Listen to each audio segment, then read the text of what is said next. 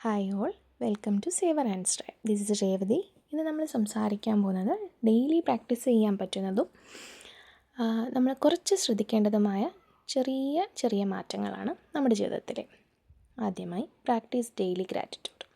ഇതെല്ലാവർക്കും ചെയ്യാൻ പറ്റുന്ന കാര്യമാണ്. സിമ്പിളായിട്ട് നമ്മൾ മനസ്സിൽ പറഞ്ഞാൽ മതി. അടുത്തത്, നിങ്ങളുടെ ചെറിയ ചെറിയ നേട്ടങ്ങൾക്ക് നിങ്ങൾ സന്തോഷം കണ്ടെത്തുക. Next, something new, learn something new. എന്തെങ്കിലും പുതിയൊരു കാര്യം പഠിക്കാൻ ശ്രമിക്കുക എന്ന് പറയുന്നത് ഇപ്പം നമുക്ക് ഇരുന്ന് ഒരു കാര്യം പഠിക്കാനോ അല്ലെങ്കിൽ ഒരു എംബ്രോയ്ഡറി പഠിക്കാനോ ഒന്നുമല്ല ഞാൻ പറയുന്നത്. അത് നിങ്ങളുടെ ഇഷ്ടം.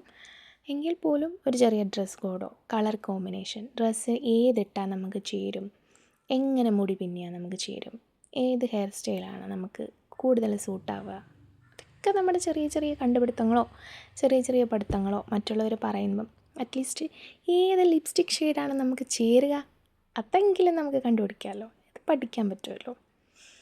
പിന്നെ ഉള്ളതാണ് ഹെൽത്തി ആയിട്ട് ഫുഡ് കഴിക്കുക. പ്രോട്ടീൻ റിച്ച് ആയിട്ടും ഫൈബറും നമ്മൾ അത്യാവശ്യം നോക്കി കഴിക്കുക. ഇപ്പോൾ വീട്ടിലുണ്ടാക്കിയ ഭക്ഷണം കഴിക്കാൻ പറ്റുള്ളൂ എങ്കിൽ പോലും കുറച്ച് പോർഷൻ നല്ല വെജിറ്റബിൾസ് ആഡ് ചെയ്ത കറി കൂട്ടിയിട്ട് ചോറ് കുറച്ച് കുറയ്ക്കുക. അതൊക്കെ ഒരു ചെറിയ മാറ്റങ്ങളാണ്. പിന്നെ ആസ്വദിച്ചൊരു കോഫി കുടിക്കാൻ ഇഷ്ടമില്ലാത്തൊരു ചായ കുടിക്കുക കേട്ടോ. ആസ്വദിച്ച് സാവധാനം ഇരുന്നൊരു കോഫി കുടിക്കുക. എല്ലാ ദിവസവും ഒന്നും പറ്റില്ല, രാവിലെ പറ്റില്ല എന്നറിയാം. ഒരു 10-11 മണിയാകുമ്പോൾ വീട്ടിൽ തനിച്ചിരിക്കുമ്പോൾ ഒരു കോഫി കുടിക്കണമെന്ന് തോന്നിയാൽ ഒരു 5 മിനിറ്റ് എടുത്ത് കോഫി കുടിക്കാമല്ലോ. ഇഷ്ടപ്പെട്ടൊരു ചോക്ലേറ്റ് കഴിക്കുക. നമ്മൾ കുട്ടിയായിരുന്നപ്പോൾ, അതായത് ഇപ്പോഴും കഴിക്കുന്നവരുണ്ടില്ല എന്നല്ല, കുഞ്ഞുങ്ങളല്ലെന്നും അല്ല, മാനസികമായിട്ട് കുഞ്ഞുങ്ങളാണ്, ശരീരം വളർന്നാലും അതല്ല ഞാൻ ഉദ്ദേശിച്ചത്. ഇഷ്ടപ്പെട്ടൊരു ചോക്ലേറ്റ് കുഞ്ഞുങ്ങൾക്ക് മേടിക്കുന്ന കൂട്ടത്തിൽ മേടിക്കാം. കുഞ്ഞുങ്ങളല്ലാത്തവർ സ്വന്തമായിട്ട് മേടിച്ച് കഴിക്കുക. ചോക്ലേറ്റൊക്കെ മാറ്റി നിർത്തി നമ്മൾ ഷുഗർ കട്ടാണെന്ന് പറഞ്ഞാലും ഉള്ളിലൊരു ആഗ്രഹം ഉണ്ടാവുമല്ലോ. എപ്പോഴെങ്കിലും മതി, മാസത്തിലൊരിക്കലോ അങ്ങനെ എന്തെങ്കിലും. വളരെ സാവധാനം നമ്മുടെ കാര്യങ്ങൾ ചെയ്യാൻ നോക്കുക. ധൃതി പിടിച്ച് വീട്ടിലെ തൂത്തുവാരി തേച്ച് മെഴുക്കി നമ്മുടെ കാര്യങ്ങളോ, അല്ലെങ്കിൽ ഇപ്പോൾ ഓഫീസിൽ പോകാൻ തിരക്കൂട്ടി നമ്മൾ ഫേസ് പാക്കൊന്നും ഇല്ലാതെ രാവിലെ പോയി കുളിച്ച് എണ്ണയൊക്കെ പുരട്ടി ഒരാഴ്ചയിലൊരിക്കൽ സാവധാനം ഒന്ന് സമയം എടുത്തൊന്ന് കുളിക്കുക. ഒരു ഫേസ് പാക്കൊക്കെ ഇട്ട് ഒന്ന് സാവധാനം ഹെയർ ഓയിൽ മസാജൊക്കെ ചെയ്ത് ഷാമ്പൂ ഇട്ട് മുടിയൊക്കെ കഴുകി ഒന്ന് നമ്മളെ ഒന്ന് ശ്രദ്ധിക്കുക. ഇത്രേ ഉള്ളൂ.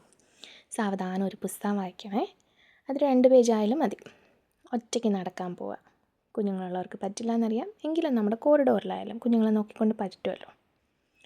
കൃത്യമായ അവനവൻ്റെ വിശ്വാസങ്ങൾക്കനുസരിച്ച് അത്യാവശ്യം കുറച്ച് സമയമെങ്കിലും സ്പിരിച്വാലിറ്റിയിൽ നമ്മൾ സമയം കണ്ടെത്തണം.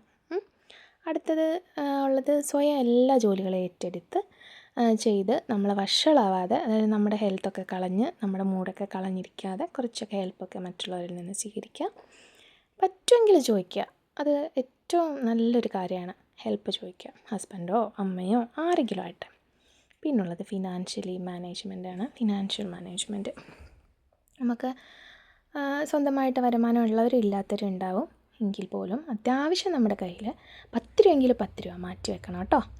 ചിലവാക്കാൻ എളുപ്പമാണ്, പക്ഷെ നമുക്കായിട്ടൊരു ചെറിയ ഒരു കുടുക്കയോ എന്തെങ്കിലും മതി. അപ്പോൾ നമ്മൾ ഫിനാൻഷ്യൽ മാനേജ്മെൻറ്റ് ചെയ്യുക. അതായത് അത്യാവശ്യം 10 രൂപയോ എന്ത് കിട്ടുന്നതാണെങ്കിലോ നിങ്ങൾ സൂക്ഷിച്ചു വെക്കുക. നിങ്ങളുടെ കാര്യങ്ങളിൽ നിങ്ങൾക്ക് പ്രയോജനകരമാകുന്ന രീതിയിലേക്ക് നിങ്ങളത് മാറ്റിയെടുക്കുക.